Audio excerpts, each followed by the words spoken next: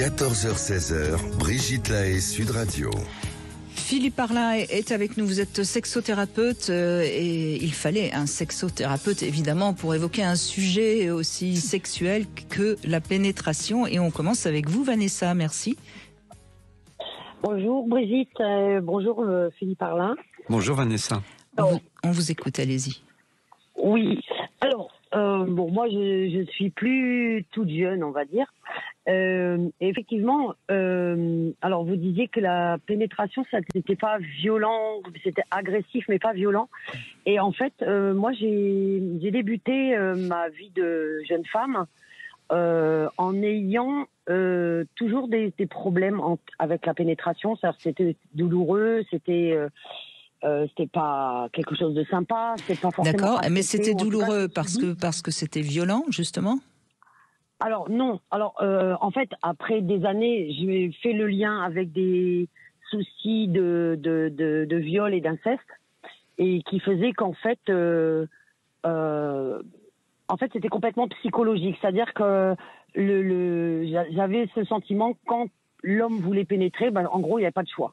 J'avais pas le choix. Il allait vous faire du mal et voilà, vous pouviez que laisser faire. Voilà. Voilà, j'avais pas mon mot à dire. Mais en même temps, il y a cette ambivalence. Le corps dit, mais en fait, je suis pas vraiment OK avec ça, mais j'ai pas le choix. Oui. Voilà. Et donc vous subissiez, sauf que votre corps n'était pas d'accord. Voilà, c'est ça. Dans votre tête, vous étiez d'accord, mais votre corps, lui, disait non, ça va faire mal, j'en veux pas. C'est ça. Et bon, pour le coup, mes réponses, elles étaient pas du tout adaptées, puisque pour le coup, j'avais plutôt des rapports où je reprenais on va dire, je me positionnais plutôt comme dominant. Donc en fait, il fallait que comme je devais subir et que j'avais pas le choix, finalement, je devais sortir vainqueur. Et donc, il n'y avait rien d'agréable dans ce côté d'être pénétré. Il fallait que quand l'homme avait fini ce qu'il avait à faire, il se sente un peu minable, on va dire. Alors justement, vous faisiez quoi pour qu'il se sente minable ? Ça m'intéresse cette notion de comment vous faisiez pour être vainqueur, vous ? En fait, c'est dans le côté pas vraiment de tabou, oui, vous affichiez, vous affichiez une sexualité de Diane Chasseresse. Ouais, c'est ça. Hein, voilà, c'est ça, mais qui, pour le coup, n'était ni satisfaisante ni agréable.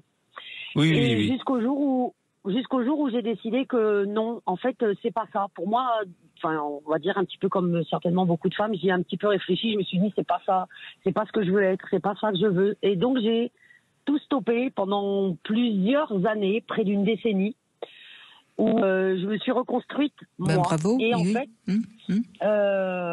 je me suis abstenue, on va dire. Alors Vanessa, merci de ce témoignage qui va peut-être faire un déclic chez de nombreuses femmes. Oui, on va vous laisser terminer, vous inquiétez pas. Mais déjà, on voit bien dans ce que vous subissiez d'une pénétration qui n'était pas désirée et que vous essayiez de reprendre le pouvoir. On voit bien que ça disait quelque chose de votre parcours. Voilà, c'est ça que je veux souligner parce que ça peut aider celles qui nous écoutent. Et je vous laisse continuer, pardon. Voilà. Et par la suite, je me suis intéressée un petit peu plus au tantrisme.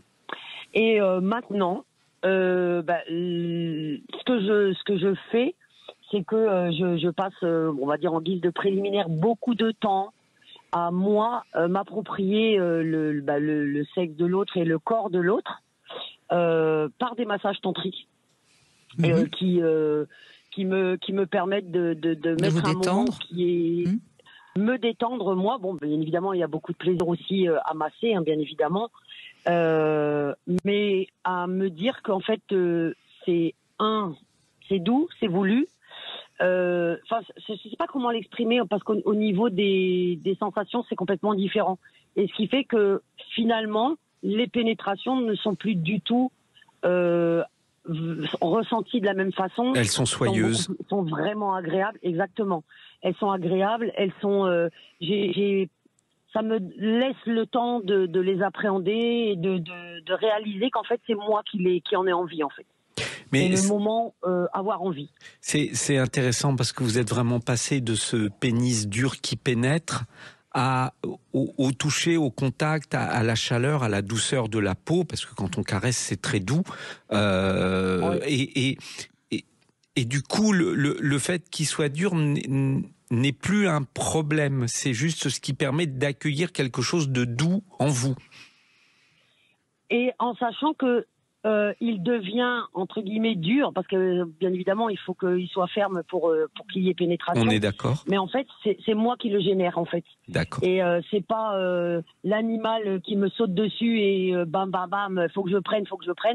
C'est qu'en fait, c'est moi qui l'accueille. C'est vous qui l'accueillez et c'est pas lui qui vous prend. Voilà, c'est ça. Et donc, avec le massage, c'est vous le moi faites qui bander, vous le rendez possible. Voilà, et c'est moi qui décide du moment où la pénétration va commencer. Mais avec la douceur cette fois-ci, c'est-à-dire qu'il y a plus cette notion d'être agressé, ça n'est plus un sexe agresseur.